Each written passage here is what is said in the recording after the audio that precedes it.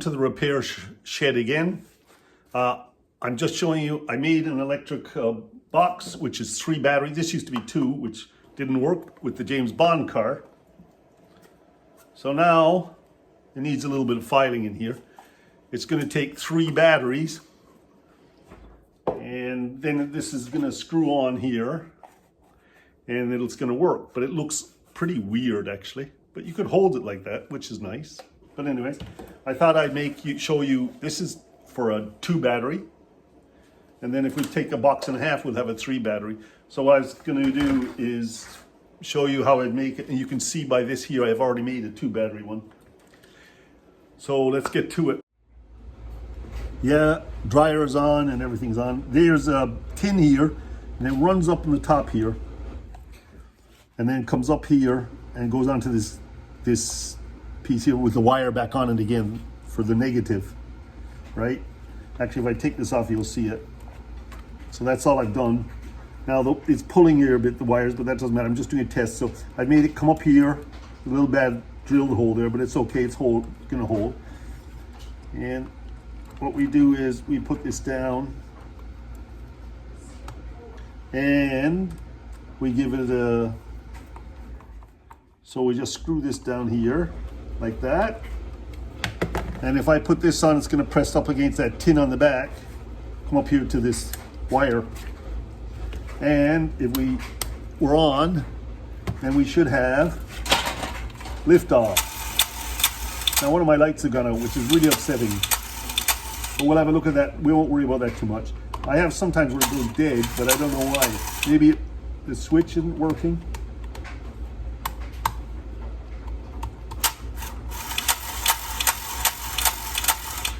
So there we go. So that's a great improvement.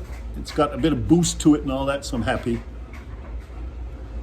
Maybe I'll make a prettier box in the end, but we'll see. We won't worry about that right now. Yeah, so down in here on the positive side, I put a bit of band steel. You get this on pallets when they deliver stuff to construction sites. It used to be everywhere, but now it's not so much because they use nylon. But it's actually a spring steel. And I basically ran it up and cut it in half. Here's another piece, look. I cut it in half and made a spring steel piece that goes in here. So when the batteries come up, they actually have a little bit of a spring load against this plate.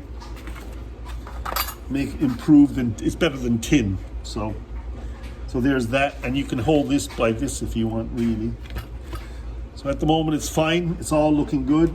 I just got to work out the electrics and whether I can switch off the machine guns all the time and get that LED repaired. So I'll turn off the heat a sec so I can chat quietly at least. So here's my prototype, but I'm having trouble getting the batteries in and out. It's got a bit too narrow on this thing here, and they don't fall out, so you'd have to take the lid off. So I'm trying to get rid of that.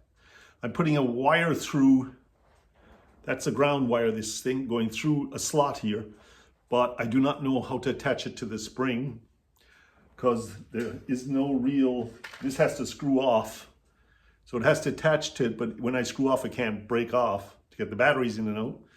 So, I mean, I could put them in from the top, which is also an option, but I find the back is very easy to do it. So, you know, this is the problem with doing prototypes. So that's the first prototype, which I've done for the James Bond car. But, you know, I'm working on, as you know, this one to make it more classy. And we're going to have to make the contacts pretty classy as well so that it's not all over the place, like messy.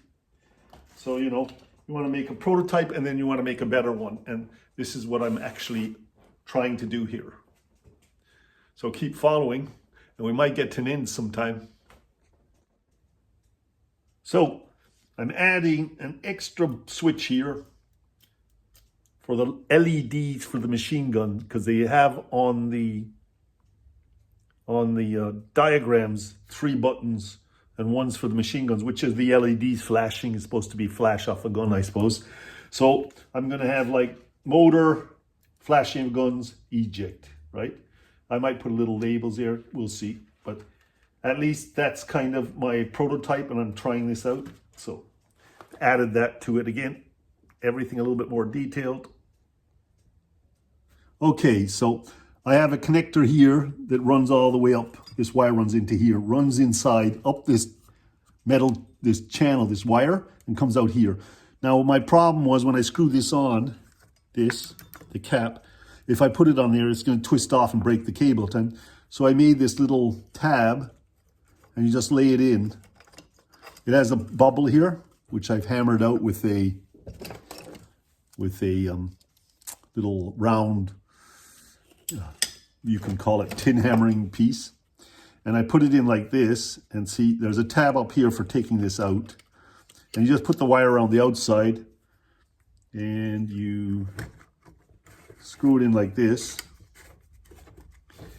And now we should have, if we look at this voltage meter, we go to 20V DCV, right?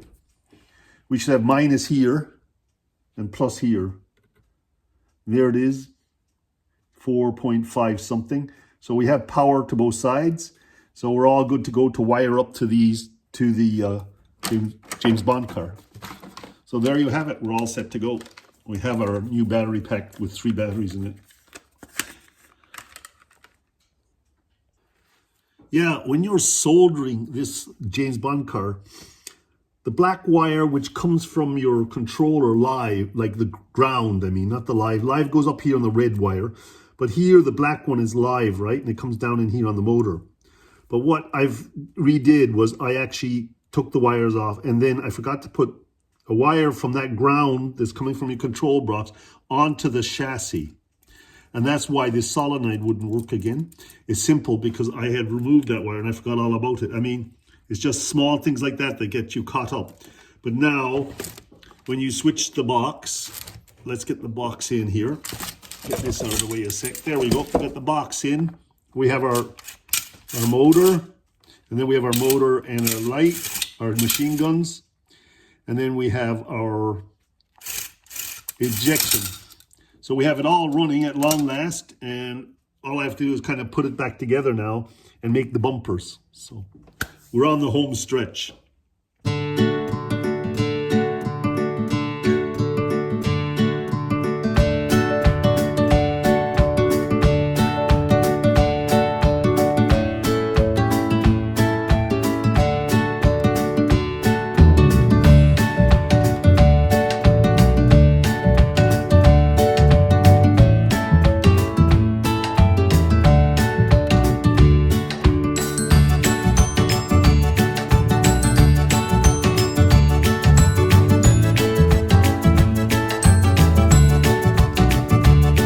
Yeah, I'm just carving the little man that sits in the dummy, the ejection seat. I want to have somebody sitting in there, so I'm carving out a balls of wood to see how that works. This is just a start. So this is about after an hour of carving, and he does fit in. It doesn't look the greatest, but you know what? It's pretty good. I think he's going to fly out though. He doesn't get caught in the dash, you know. I mean, his feet are very close to the dash there, if you can see. But it's a kind of, you know, fun thing to do to have a dummy in there. That's where I'm at. I'm going to carve it a bit more, get it a bit more cleaned up. So here's my carving dummy guy in there. I still have to paint him and smooth him off a bit. But he's getting there, right? See? I had to make him shorter, so... Oh, he's stuck to the seat here.